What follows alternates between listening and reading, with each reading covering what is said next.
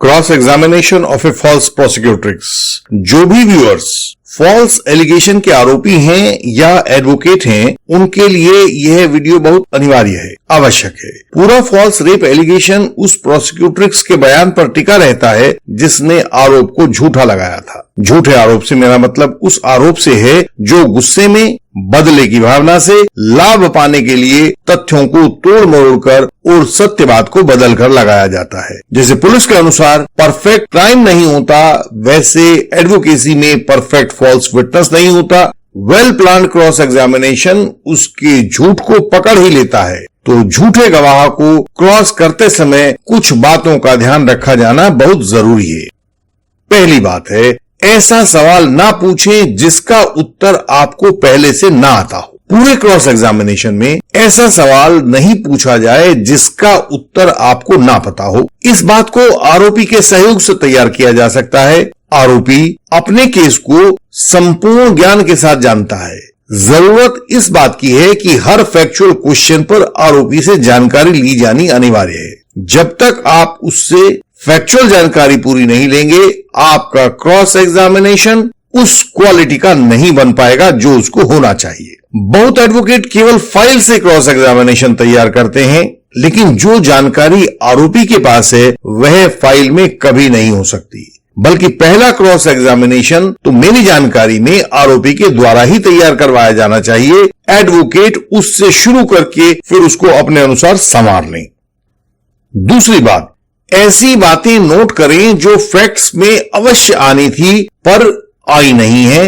झूठे आरोपों में बहुत सारे ओमिशंस होते हैं। एक सत्य आरोप में घटनाओं का प्रवाह जैसा स्वाभाविक होता है, वैसा झूठे आरोप में घटनाओं का प्रवाह कंप्लीट नहीं होता। बहुत सी बातें बीच बीच में छूट गई होती हैं, उन पर ध्यान दें। हिमाचल के एक केस में हाई कोर्ट तक आरोपी को इस बात का लाभ मिला कि कैसे सेंट्रो कार में शराब पीने और पिलाने के बाद भी, जबरदस्ती रेप होने के बाद भी प्रोसिक्यूट्रिक्स के कपड़ों पर सिलवट तक नहीं आई और वह शाम को उन्हीं कपड़ों में बाजार तक भी गई। इसके बावजूद भी एडवोकेट ने उस झूठी प्रोसिक्यूट्रिक्स से इस पूरी बाबत एक सवाल तक नहीं पूछा और आरोपी को बरी करा लिया। यह वीडियो ऑलरेडी शेड्यूल की जा चुकी है और 1-2 दिन में आने वाली है। उसे देखिएगा और समझिएगा। ये बहुत अच्छा पॉइंट है। जिस भी झूठे पॉइंट पर सवाल किया जाए उसके अंतिम छोर तक जाकर सवाल पूछें, क्योंकि clarity is the enemy of the falsity.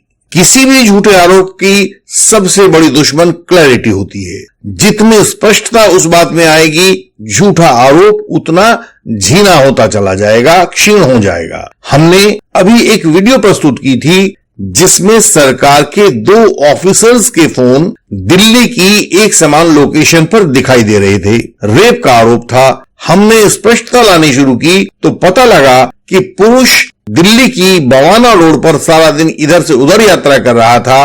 प्रोसिक्यूट्रिक्स उस रोड से पूर्व में 2-3 किलोमीटर की दूरी पर स्थित थी, जबकि स्पॉट ऑफ अकरेंस उस बवाना रोड से पश्चिम में 5 किलोमीटर दूर बताया गया था। वहां तो उन दोनों में से कोई भी गया तक नहीं था और इस स्पष्टता से, इस क्लैरिटी से आरोपी बरी हुआ। उसे क्लैरिटी ऑफ फैक्ट्स ने बरी करवाया। अगला पॉइंट, कुछ सवाल ऐसे जरूर पूछे जाएं जिससे गवाह चौंक जाए।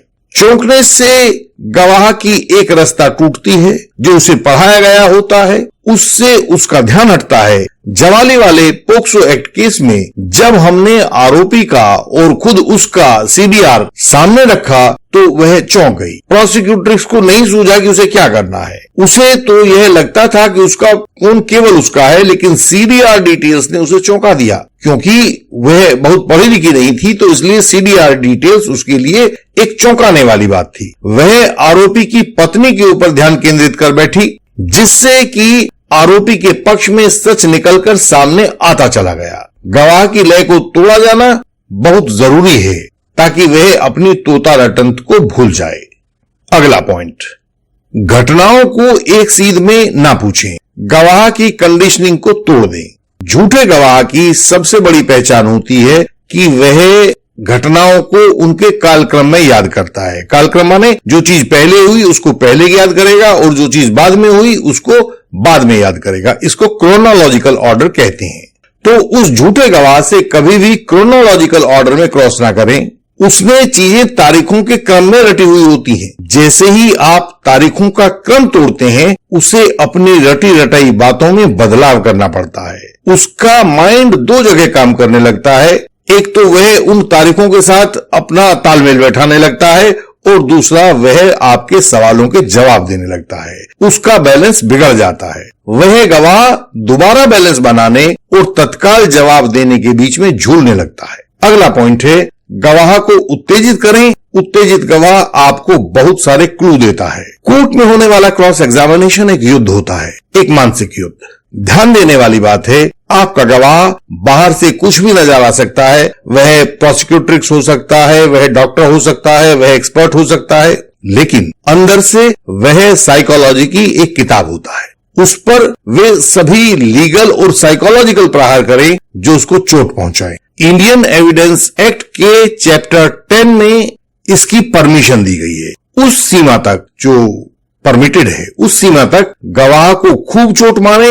वह गवाह जितना तड़पेगा उतना आपके लिए वरदान होगा। आपको नई नई बातों के क्लू देगा और आपको बताएगा कि आपको क्रॉस एग्जामिनेशन किस दिशा में आगे बढ़ाना चाहिए। अगली बात, पुरानी बातों से, पुराने कागजातों से उसको कन्फ्रंट करवाएं। जितना अधिक संभव हो पुरानी बातों से, बिलों से, टिकटों से, फोटोज से, रिकॉर्डिंग्स से उसे कन्फ्रंट करवाएं। उससे उस झूठे गवाह का हौसला टूटता है और वह झूठ के पकड़े जाने से डरने लगता है। इन कन्फ्रंटेड डॉक्यूमेंट्स को एग्जिबिट करके कोर्ट रिकॉर्ड पर जरूर लगवा दें, वरना आपको इनका लाभ पूरा नहीं मिलेगा। कई बार प्रोसिक्यूटर्स के अलावा एक्सपर्ट विटनेसेस भी झूठे हो जाते हैं, तो उनके लिए एक नया पॉइंट है, ये ध्यान रखें। Always suggest an alternative option to a false expert witness. Expert witness को क्रॉस करें और ध्यान रखें कि वह विटनेस ऑफ फैक्ट नहीं है। यदि वह लालच वाला गवाह नहीं है तो उसके ज्ञान का अपने पक्ष में उपयोग करें। वह अनेक बार बहुमूल्य सहयोग कर जाता है। उसको ऑप्शन दें और पूछें कि क्या यह भी संभावना हो सकती है। एक केस में आरोपी पर महिला को अपने घर बुलाकर बलात्कार करने का आरोप था। एफएसएल विटनेस ने बताया कि जिस गद्दे पर घटना हुई है उस पर पुरुष के सीमेन का डीएनए मिला था। हमने उससे पूछा कि यदि वह सीमेन मास्टरबेशन या वेट ड्रीम्स से मिला हो, उससे निकला हो, तो भी क्या आपकी रिपोर्ट यही बनेगी या कुछ बदल जाएगी। हमें पता था कि इसका क्या जवाब आने वाला है, तो गवाह ने कहा हाँ, तब भी ऐसी ही डीएनए रिपोर्ट तैयार होगी। झूठे गवाह के लिए आपको तैयारी गहरी करनी होती है। एफएसएल विटनेस कोर्ट में 16 डीएनए मार्कर्स के नाम नहीं बता रहा था। हमने पहले से प्रिंटेड इमेज अपने पास रखी थी। जैसे ही हमने वह इमेज पुट की तो गवाह को मानना पड़ा। इसलिए इन एक्सपर्ट विटनेसेस को आप देखिए कि वे आपसे सहयोग करने वाले हैं या आपका विरोध करने वाले हैं और उनको उसी तरह से ट्रीट कीजिए। अब कुछ बात मैं कहना चाहता हूं आपके पूरे केस के लिए। पूरे मुकदमे के दौरान हर एक पल तैयारी का होता है। तारीख का मतलब होता है आज युद्ध का दिन है, आज मोर्चा संभाला जाना है। एक मुकदमा एक कानूनी युद्ध होता है जिसमें कानून और तर्क जीतते हैं। मनोविज्ञान इन सब को अदृश्य रूप से नियंत्रित करता है। अतः आपकी तैयारी लॉ, लॉजिक एंड साइकोलॉजी सब स्तरों पर होनी चाहिए और यही आपको विजेता बनाता है।